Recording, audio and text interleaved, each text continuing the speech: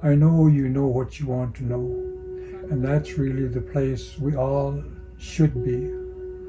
But because of Napipos in the English language and the influence on our people, we've lost that language, or it's been misplaced in a place in your mind that you assume it doesn't belong there, and so you keep it there. And because you'll end up protecting it, it's the protector that limits your ability to learn Nitribos in our language in the fluent state.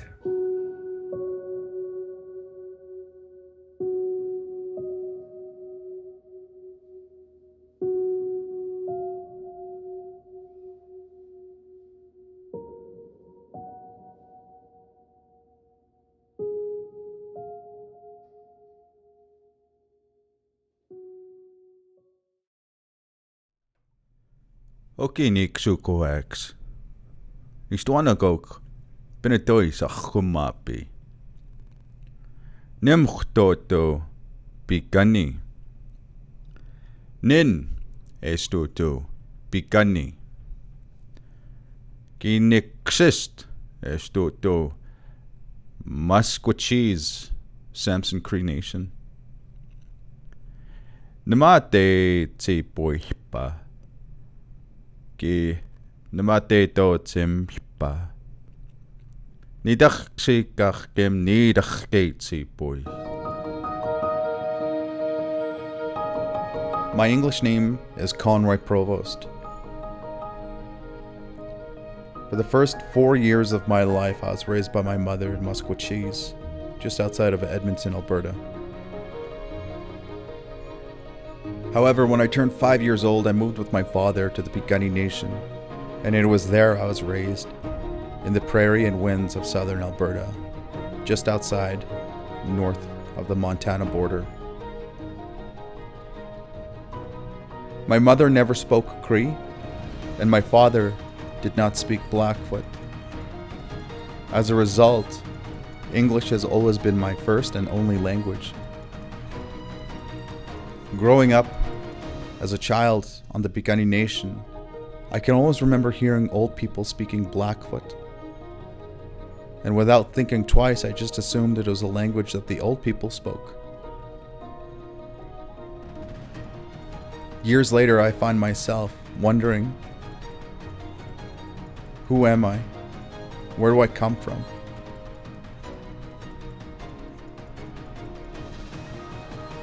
This is my story. This is my journey to reconnect with my language. This is my journey to reconnect with my culture, with my family, with my community, and with my nation.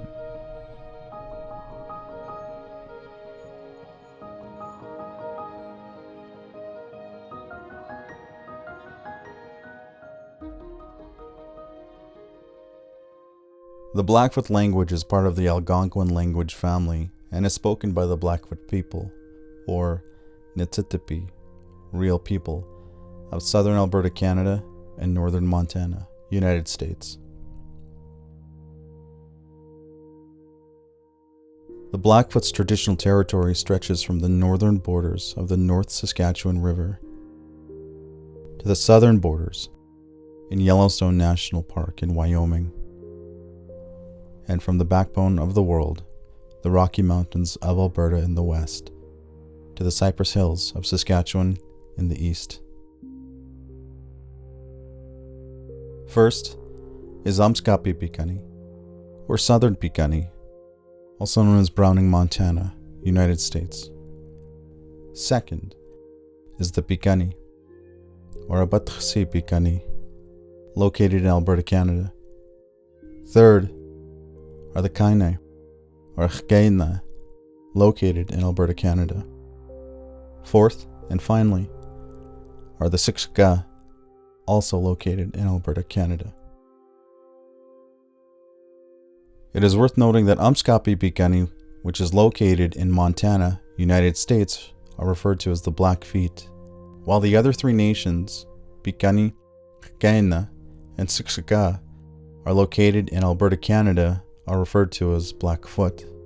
It is also worth noting that Amskapi Pikani, the Blackfeet, and the Pikani, the Blackfoot, are one and the same people. The confusion created by labels such as Blackfeet and Blackfoot, American and Canadian, create an us and them mentality, a divide. This is the damage done by colonial structures and languages such as English, when the reality is, terms like Blackfeet and Blackfoot are colonial terms. We traditionally called ourselves Nitsitapi, or real people. All original people of Turtle Island have their own names in their own languages. There are several Blackfoot dialects spoken within each of these 4 separate nations. Nonetheless, each dialect from each nation will have a basic understanding of the language when exchanging in the Blackfoot language. According to Statistics Canada, 2021, there are 6,585 speakers, though I consider these numbers to be generous at best. Oh, good morning. You're a little chilly. Holy. Are you dressed for it? Yeah, I got some boots. Okay, because I got some boots. We're gonna do it out here. Flesher and a scraper. And then always have your knives, because when we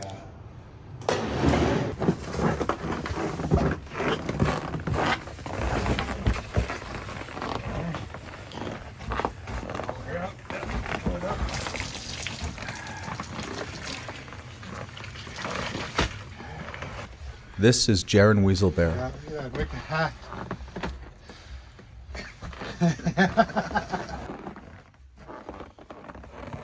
Jaron has invited me over to the Pikani Traditional Knowledge Services to show me how to tan a hide.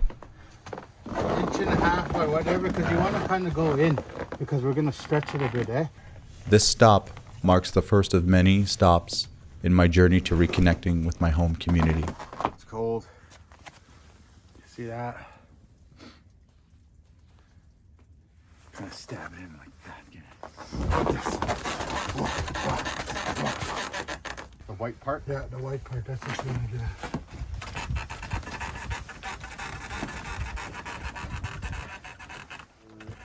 You often hear of Chief Crowfoot, but his Blackfoot name is Aiitoohtsimit, that means Crow Bigfoot.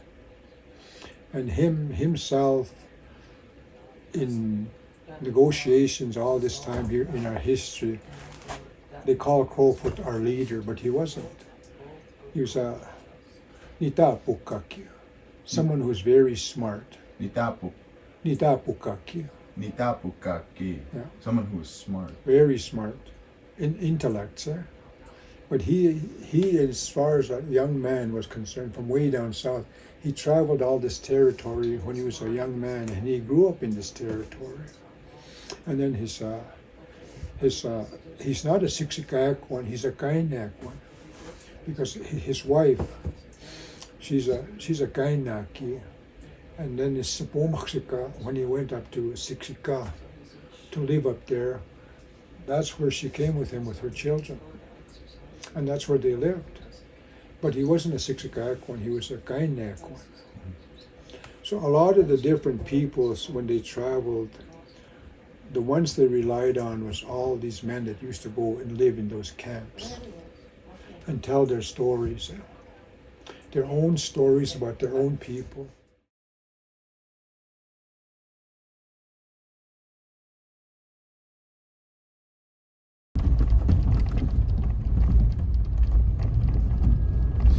Anyway, what we'll do, you see that old cabin there? Just follow this road here. We'll drive back down over there. We'll just follow the road down and we can drive in here. And over there we'll come back and walk this way. Oh yeah. We'll just walk back. Cotton grass, Basque. And on these hills here, why it got that name is to be just all pure white. So all those cotton grass. Yeah. And so that's why the people called this place Basque. So all this river corridor, all the way from up in the mountains, way past McLeod, all the way down to Lethbridge, all that they all have names. Oh, they all have names. All Yeah. All the corridors. The old people would name them because they used to live here. So they'd spend the winter here because of the wind, yeah. So it's nice and warm down here. So we're down here in High Bush with William, and he brought his rifle. So I think what we're gonna do is we're gonna look around and look at some plants and stuff, and yeah, get more stories from him. He's got a lot of stories here. He's just packed with stories about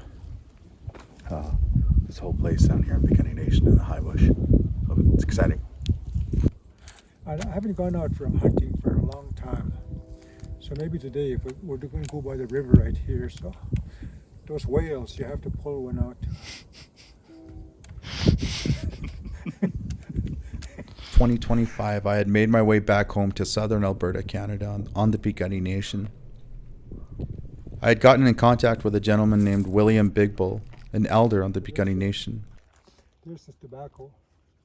Tobacco. a language activist, and a fluent speaker. But of all the medicines that are on the planet today, this is the one that cures William what do they call it? has agreed to teach me Blackfoot.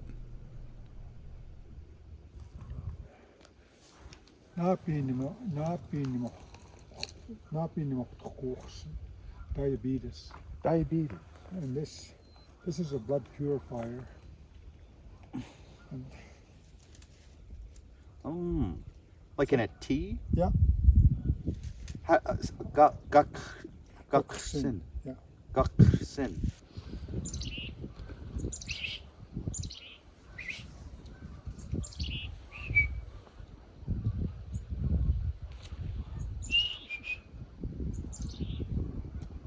Also there's Nipomakiks. Nipomakiks.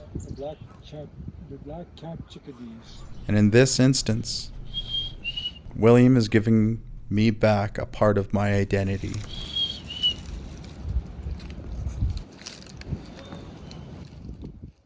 Something that has not been afforded to me growing up as a child, which I'm grateful for. Look at the size of everything. The stuff you can make and Well, it's real flexible. oh yeah. So this is what we use for the sweat lodge. Yeah. What's the word for it? Two beasts. Aiitoohtsimit. Aiitoohtsimit. Aiitoohtsimit.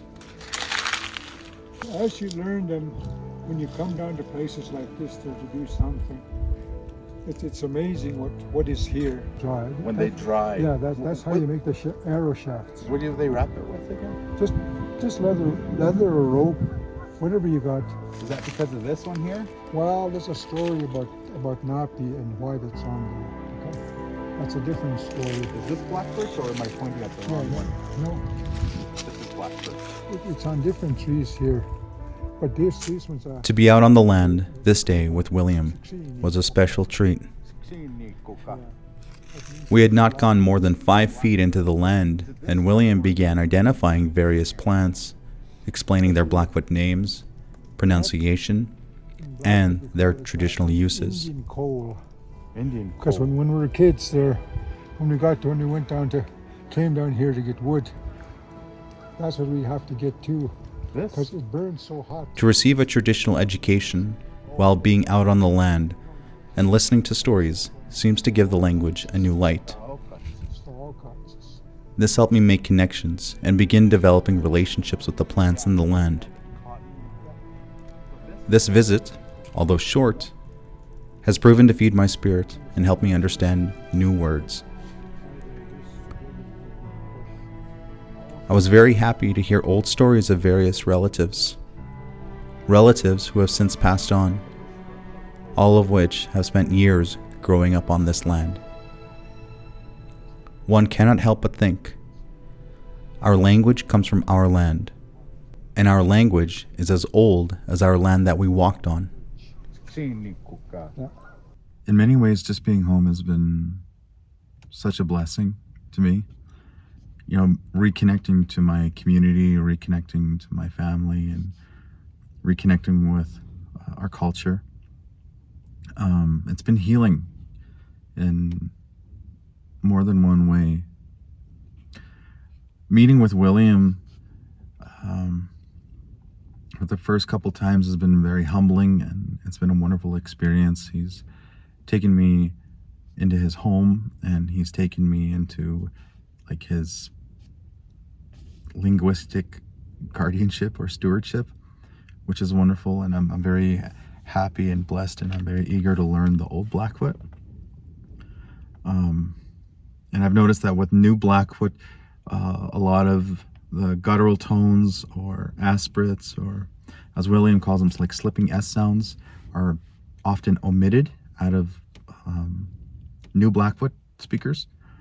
So I'm very happy and honored to have William teach me the language and to have him guide me, because it's just wonderful.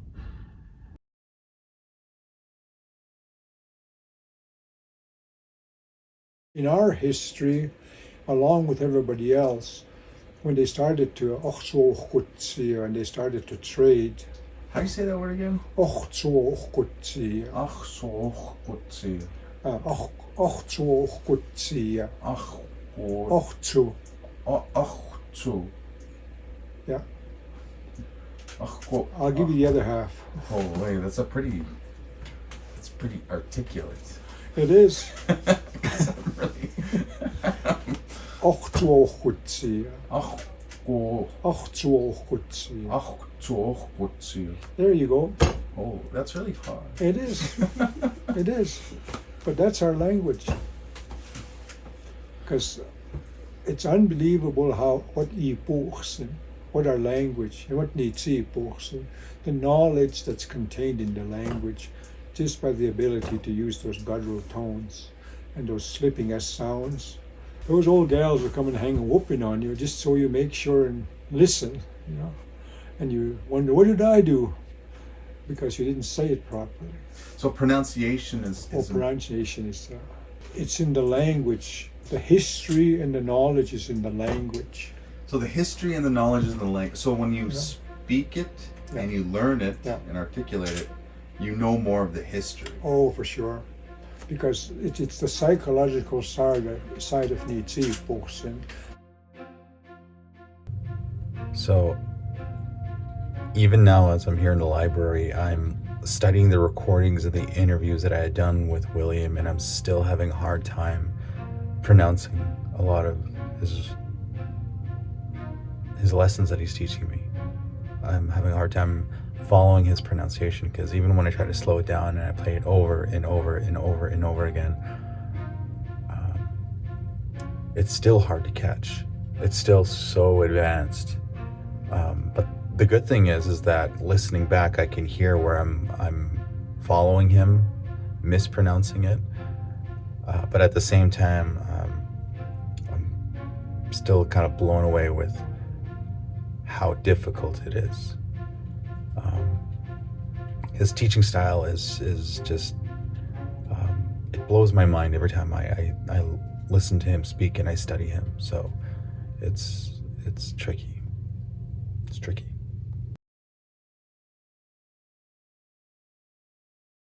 Get to the conversational part, because the praying part is kind of it's something that you kind of live by. So like when I use the language through prayer, then it's just like it kind of ties back into a time of my life when I really needed it.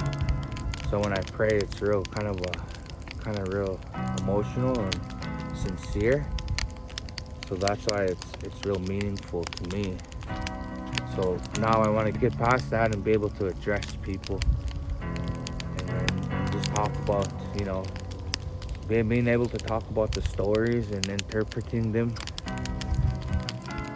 and carrying them on, so that down the road we can have them.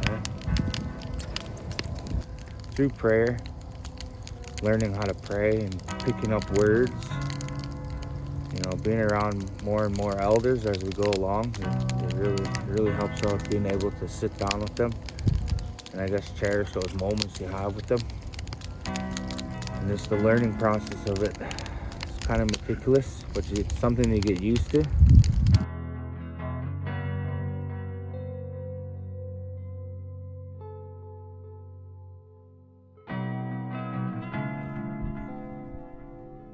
This is Elijah Provost, a leader in the Piikani community.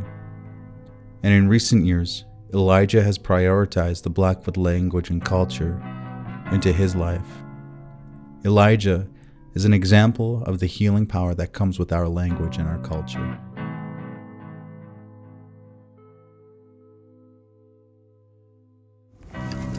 Yeah, my natural habitat.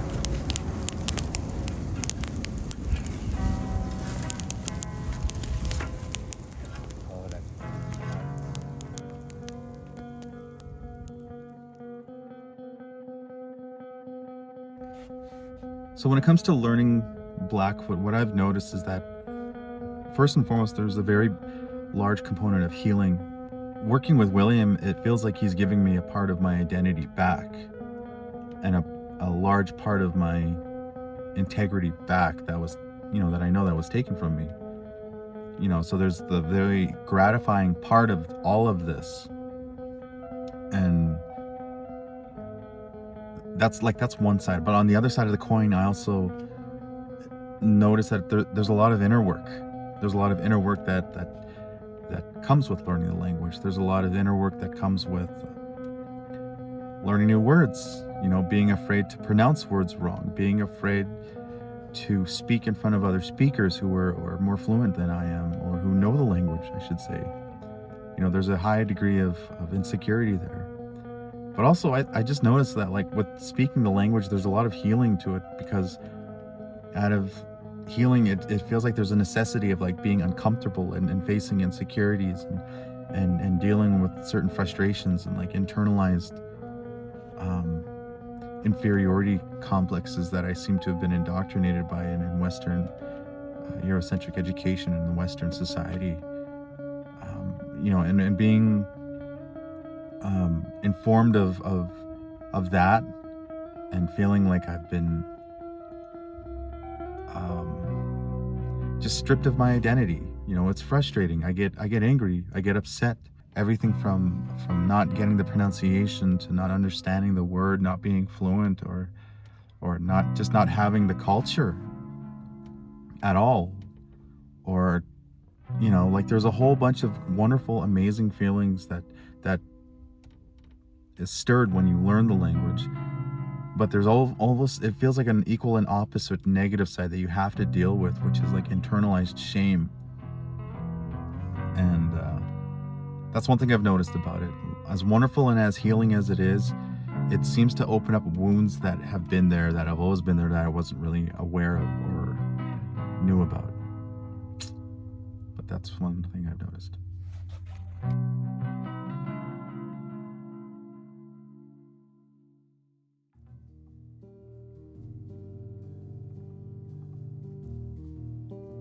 The past lives in our language.